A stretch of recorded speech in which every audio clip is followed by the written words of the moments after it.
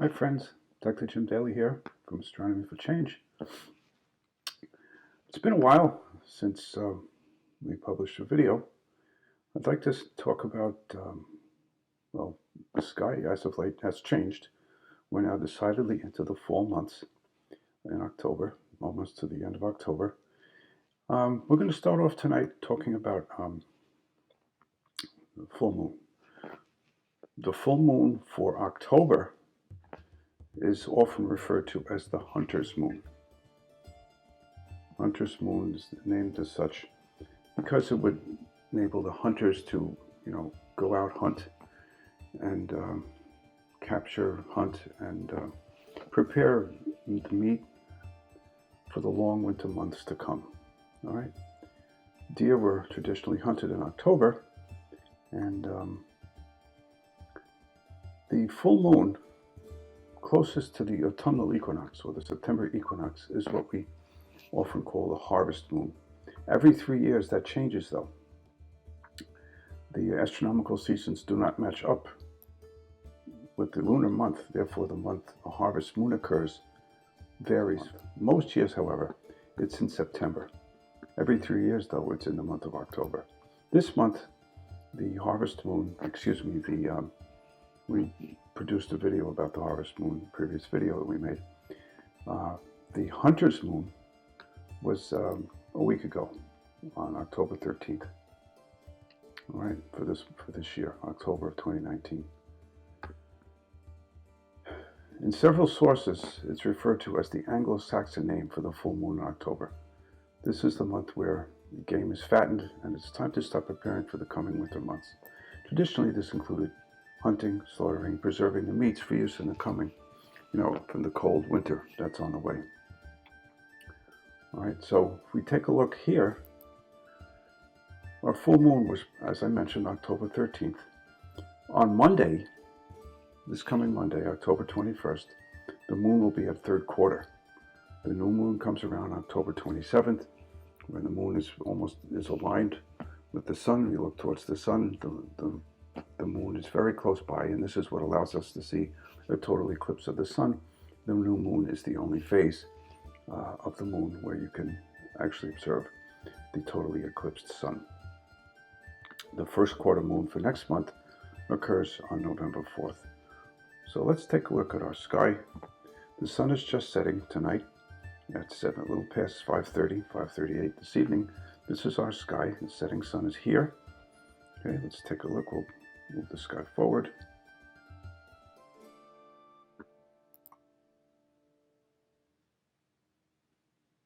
Venus is coming out. Notice Venus is an evening object with Mercury to follow very soon afterwards. It's still kind of lost, and there's Jupiter.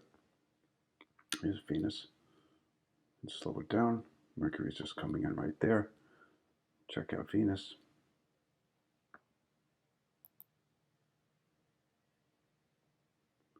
The phase of Venus is very close to being full, which is consistent with its position near the sun. Okay, its relative position.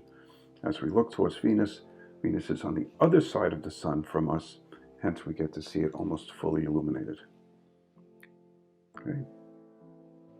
Mercury is coming up close behind Venus. These planets are still too close to the sun to be easily observed, albeit they're evening objects. They're setting just following the sun tonight. Okay, let's take a look at Mercury. We can actually get rid of the landscape.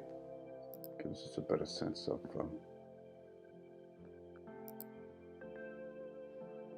there's the horizon. This is something we can do with stellarium.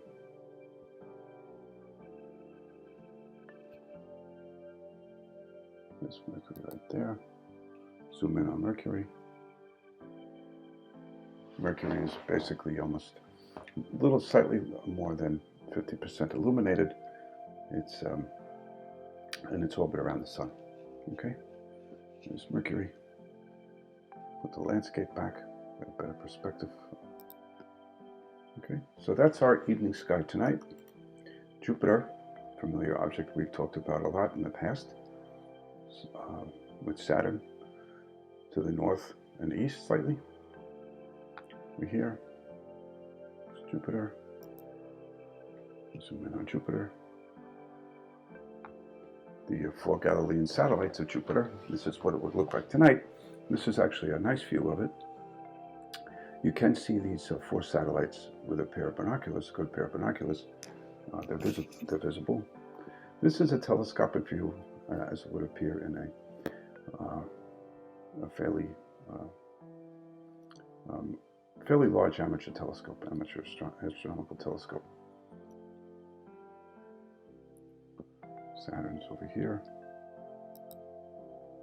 Zoom in on Saturn. Again, this is a view that you would see in a slightly more than modest amateur telescope.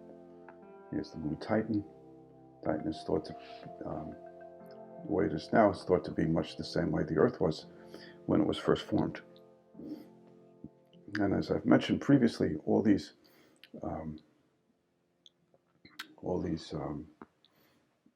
animations of the planets through stellarium are actually what they would appear like up here if you were to observe them in real time.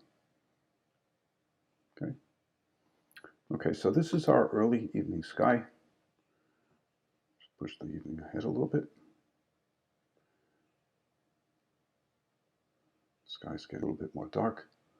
Sagittarius, Scorpio is setting now in the southwest. Here's Antares. Bring up the constellations so you can see. Here's Scorpio is setting. Sagittarius soon to follow.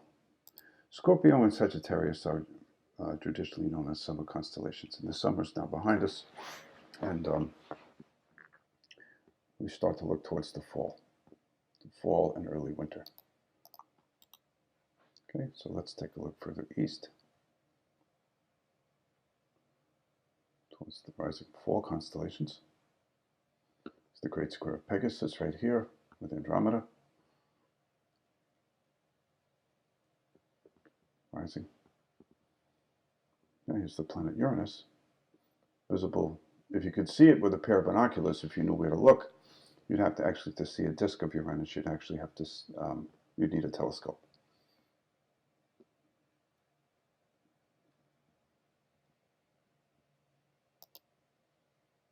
There's Pisces, right to the east of Pegasus. Pisces the fish. Pegasus, the giant horse in the sky, with Andromeda attached right here.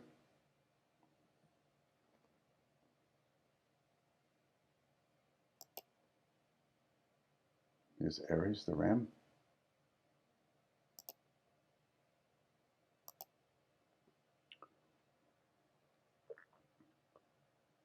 The moon doesn't rise. The moon is tonight is a waning gibbous moon, and it's going to rise much later. Now it's just about 8:30 this evening. Here's the Pleiades. The 7 sisters are rising right here. You zoom in on them. The beautiful open star cluster. It's a beautiful object in a pair of binoculars.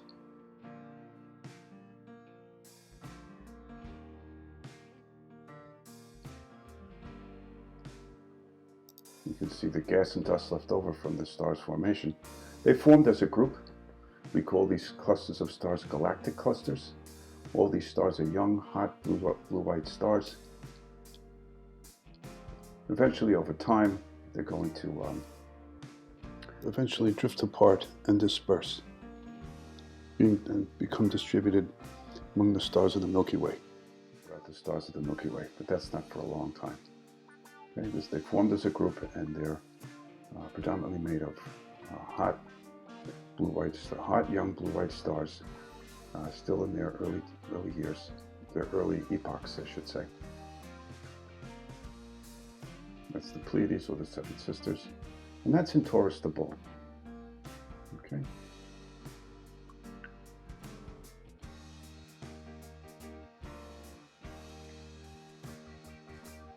Here's Aldebaran, the right eye of Taurus. Let's bring up the constellations once more.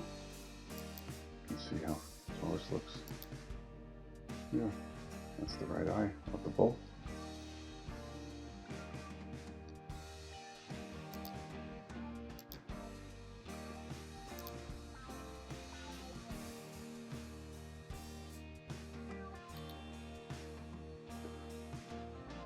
Back in 1054, the Chinese, there's the moon, just coming up now.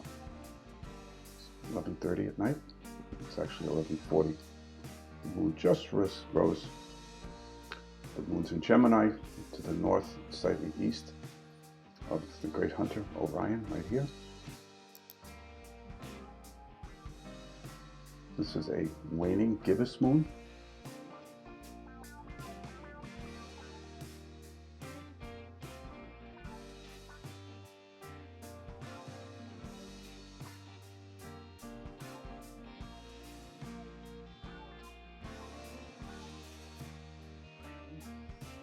The actual third quarter moon occurs this Monday, October 21st. I started to say a moment ago that back in 1054, Chinese astronomers witnessed a brand new star in the sky. It was the Crab Nebula. Okay, it's very close to the star here in Taurus. Zoom in.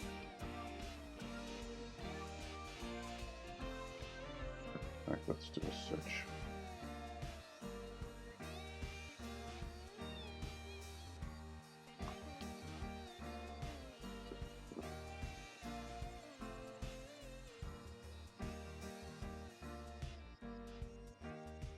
Right there. Zoom in on it.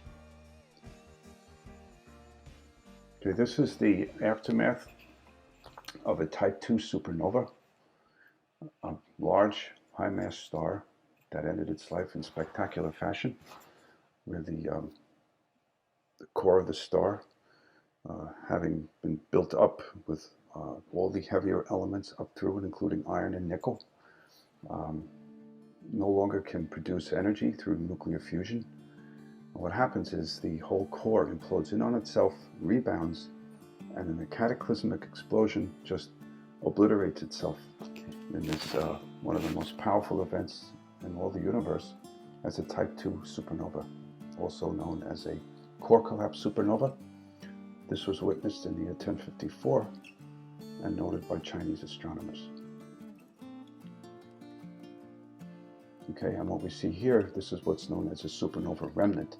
This isn't actually the supernova. This is the aftermath of the supernova. We call this a supernova remnant. Okay, so that's visible now. It's coming up. This is actually now 12:30. It's 30 minutes past midnight tonight. And this is where we could see this object. If we knew the right way to look, near this star here, in Taurus the Bull. Okay, so mighty Orion over here, the hunter. Constellations again, once again.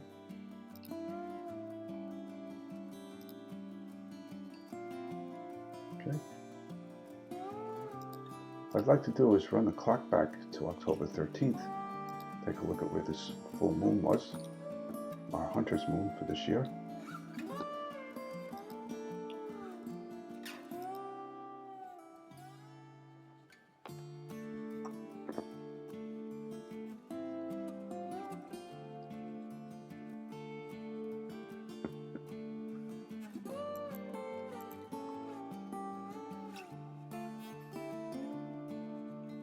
Right up here, high in the south.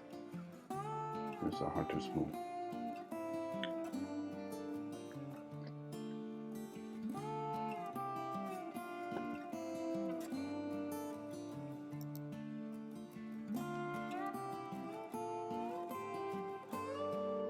Exactly 2 weeks old at this point, which is consistent with the lunar month.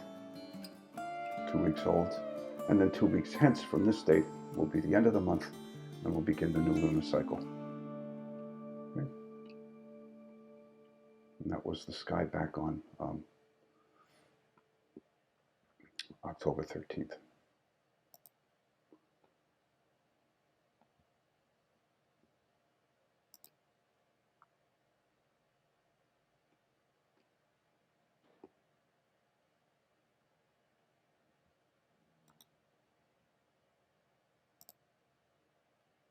Moon was in Pisces back then, back on October 13th.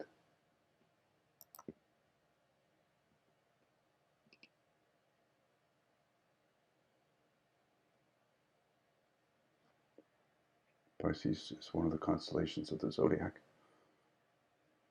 Okay, which if we look,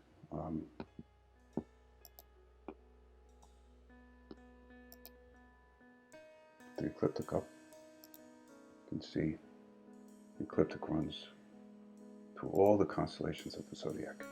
The moon was just south of the ecliptic plane, okay, in Pisces, the fish. Okay, folks. Well, I hope you enjoyed this video. As always, please like and subscribe and share. And also, please leave your questions and comments in the in the comment section below. And look for our next video. Going to be coming up shortly. Now, I did promise everybody a follow-up video to our How Stars Shine, Evolve, and Live Out Their Lives. The sequel to that, my first part was about the sun and how the sun shines and the dynamics of the sun as a model star. We're going to follow up that shortly with another video on high-mass stars, such as that caused the Crab Nebula, the supernova that was witnessed back in the year 1054 by the Chinese. And the next bit, it's going to be coming up soon, the sequel to that. We'll talk about how those events occur, the other kinds of supernovae, which is a type 1 super, where you have a white dwarf star that accretes material onto it. And a similar process occurs on the surface and obliterates the star in that way. So anyway, folks, hope you all enjoyed this video. And as always, keep looking up. This is Dr. Jim Daly. We'll see you soon.